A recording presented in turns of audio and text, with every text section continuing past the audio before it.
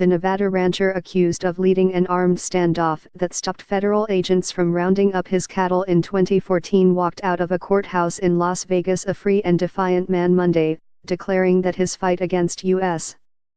authority is not over. Cliven Bundy emerged to supporters' cheers, while environmental and conservation advocates worried that the dismissal of his charges would bolster violent and racist anti-government followers who aim to erode established parks, wildlife refuges, and other public lands controlled by U.S. officials.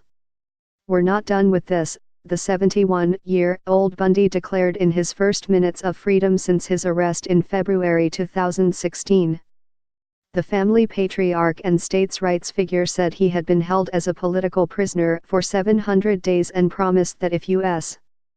Bureau of Land Management agents come again to seize his cattle over unpaid grazing fees, they will encounter the very same thing as last time. "The whole world is looking at us," he said. "Why is America acting like this? Why are we allowing the federal government, these bureaucracies, to have armies? That's a big question the whole world wants to know."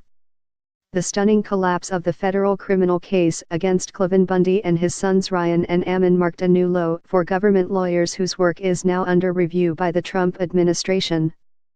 Prosecutors have faced several losses in Oregon and Nevada arising from armed Bundy standoffs over federal control of vast stretches of land in the U.S. West. From left, Nevada rancher Cliven Bundy and his sons Ammon Bundy and Ryan Bundy and co-defendant Ryan Payne. From left, Nevada rancher Cliven Bundy and his sons Ammon Bundy and Ryan Bundy and co-defendant Ryan Payne. U.S. Attorney General Jeff Sessions launched an investigation into the Nevada case last month after Chief U.S. District Judge Gloria Navarro declared a mistrial. On Monday, she dismissed outright all 15 counts against Bundy, his sons, and Montana militia leader Ryan Payne. "The court finds that the universal sense of justice has been violated," Navarro said as audible gasps and sobs erupted in a court gallery crammed with Bundy supporters. It comes after prosecutors failed to gain full convictions in 2 trials against 6 other defendants who acknowledged carrying assault-style weapons during the April 2014 confrontation outside Bunkerville, 80 miles, 129 kilometers, northeast of Las Vegas. Jurors in Portland, Oregon, also acquitted Ryan and Ammon Bundy more than a year ago of taking over a federal wildlife refuge in early 2016 and calling for the U.S. government to turn over public land to local control. The judge ended the latest case by ripping government prosecutors, led by First Assistant U.S. Attorney Stephen Myra, for intentional abdication of responsibility, flagrant misconduct, and substantial prejudice.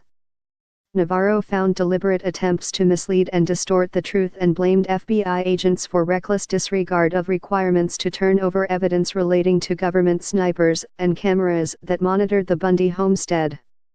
The defense also should have been given records of government threat assessments that concluded the Bundys would probably protest but not become violent if agents enforcing court orders began rounding up their cattle, the judge said.